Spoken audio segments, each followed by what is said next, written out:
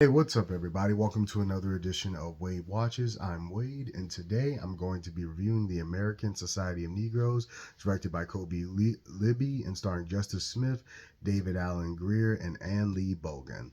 So, as I said in my out of theater reaction, of course, there's the whole controversy surrounding this thing on the internet. There always is. There's always a lot of angry, loud voices, especially when it comes to, honestly, just about any black film. I've seen similar comments to about the American Society of Magical Negroes under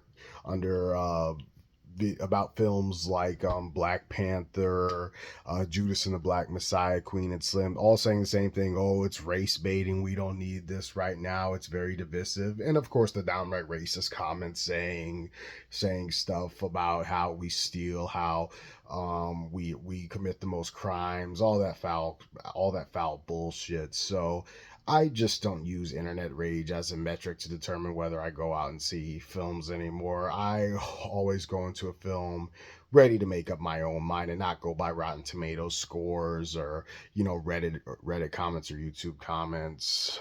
Just because just about every movie that comes out these days is controversial, and of course the almighty woke, that word, the W word, was used a lot. So whatever. These are some of the same people who got butthurt over a black mermaid, so I don't give a fuck. All that to say, I went into this just with an open mind. Um, I definitely went in expecting a all out, all out satire on the magical Negro trope. I said this in all of this in my out of theater reaction. That's definitely what I was expecting. I thought it would be about this guy who, as the trailer shows us, isn't super comfortable around white people, and he I thought it would be like him being taught how to make white folks comfortable so that I guess he would gain his confidence, but got more confidence around white people. But it really wasn't like that at all.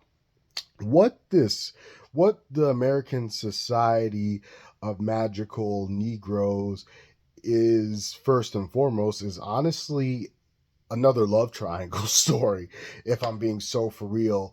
Of course, honestly, you get that whole introduction to this magical underground society in like the first half hour or so, because it's only an hour and 44 minutes long. It's just a movie that's just under 2 hours, not really long. And all of that stuff about, there exists this magical group of black people that whose sole purpose in life is to make white people more comfortable so that they're more safe, because as the movie says, white people are the most dangerous creatures on the planet Earth. And of course, some people weren't too happy about that. Anti-white, whatever, whatever, whatever. But anyway, that's the mythology that the movie establishes.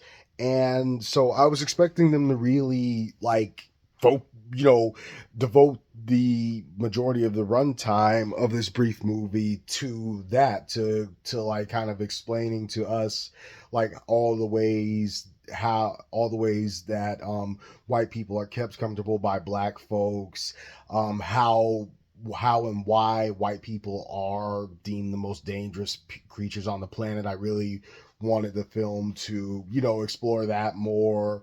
But it kind of like, after, like I said, that first 30 minutes or so of the movie starting out, it kind of switches to this love story between Justice Smith and Lee Bogan, and I just don't remember the other guy's name, who is Justice Smith's assignment as part of this magical Negro society, because he's not too happy, and Justice Smith initially has to make him happy. And they kind of showed a bit of everything in the trailer anyway. They kind of showed you most of this movie, and that's how things go. And that's honestly the most underwhelming thing about this, is that it decides to be this typical love triangle story, but it's not without its merits. It got chuckles out of me throughout the movie.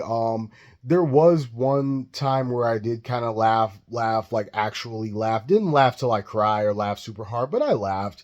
Had a lot. I like how it actually cited and referenced specific magical Negro characters from popular movies.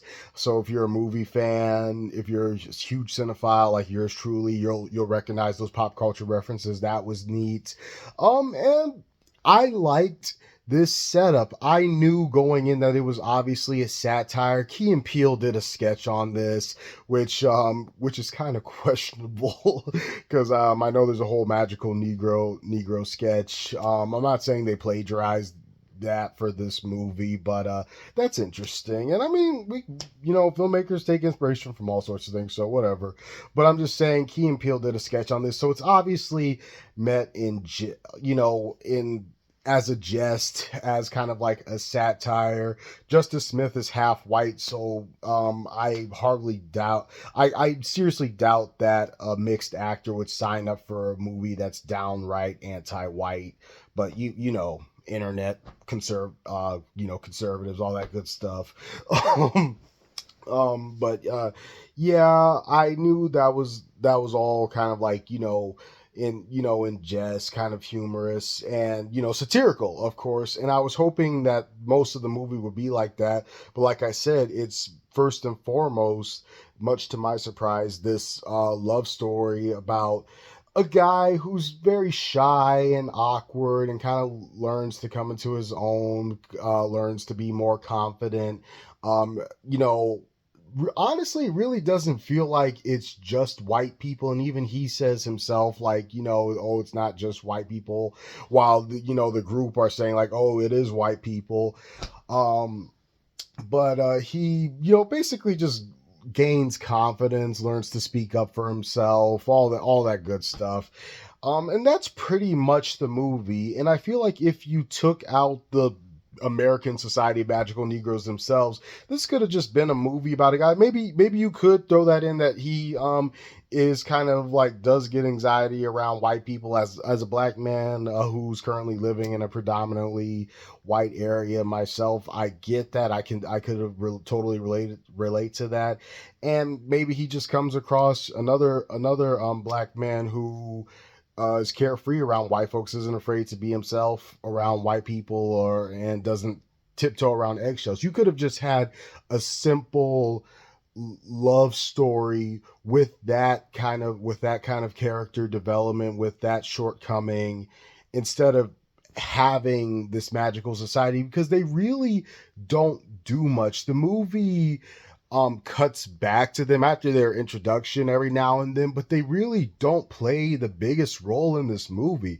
And that's the most curious thing about this film to me. Like, why name the movie after them? Why build the marketing around this concept, which again I found intriguing. I knew it was satirical, but you spin the movie itself is actually about a guy gaining his confidence.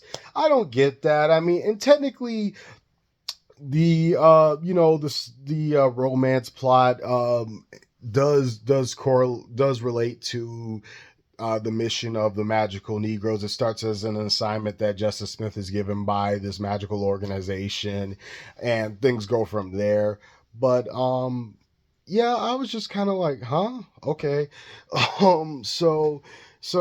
Yeah, kind of a missed opportunity with this one. And oh yeah, another positive was definitely David Allen Greer. He was the one who made this whole thing believable, even more than Justice Smith, because Justice Smith has one mode in this movie up until a certain point, and it's very like kind of reserved, timid, introverted, and I get it. In the context of the movie, it makes sense, and he's not doing that the entire movie, because like I said, it's basically a story where someone learns to gain their confidence, but he just wasn't as relatable of a protagonist, and David Allen Greer pretty much like hijacked the show from him for the most part. He's definitely my favorite character in the movie. He's just like brimming with energy. He's team magical Negroes all the way, explains why they need to exist. Made this work for me. Of all the things in this movie, he made this work. But Justice Smith definitely actually had a powerful moment in this movie that actually made me like do kind of a tiny little applause for him in the theater. It's basically this whole speech that he gives that I was like, holy shit, yes, why couldn't more of the movie be like this? But yeah, other than that, let me get up from here. Other other than that, like this just kind of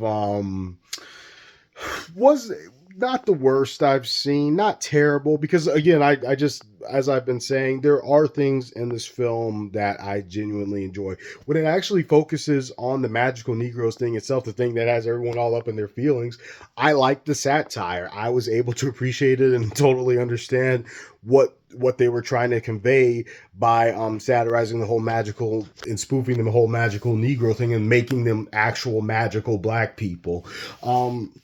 But they're barely in their own movie, and that's what like pegs this a few points down for me.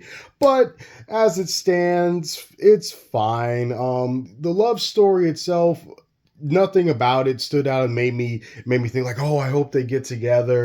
No, not at all. It's your typical by the numbers awkward guy, more trying to get a more confident woman who is somewhat out of his league. So yeah.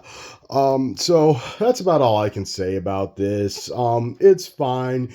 In my opinion, not the woke, anti-white bus fire that people on the internet are making it out to be. There's barely anything in here that, I mean, if you're not taking it literally, could be deemed like, oh, white people really suck. Like but I mean, if you're looking to see that, and if you're listening to certain angry pundits on the internet who haven't even seen the film, then of course you're going to get that from this. But as for yours truly, it's not anti-Caucasian, so there you have it. Take it from somebody who actually watched the fucking film. So yeah, at its most, it's a satire that kind of falls flat because it chooses to abandon its satirical premise for this by the numbers love story that you've seen time and again. So wrapping it up, I'm going to give the American Society of Magical Negroes a 5.5 out of 10. Some really good moments in there, but not enough for this to be more than just like a mediocre love story that started out with a very intriguing and fantastical premise. This has been another edition of Wade Watches, and I'll see you all next time. Peace.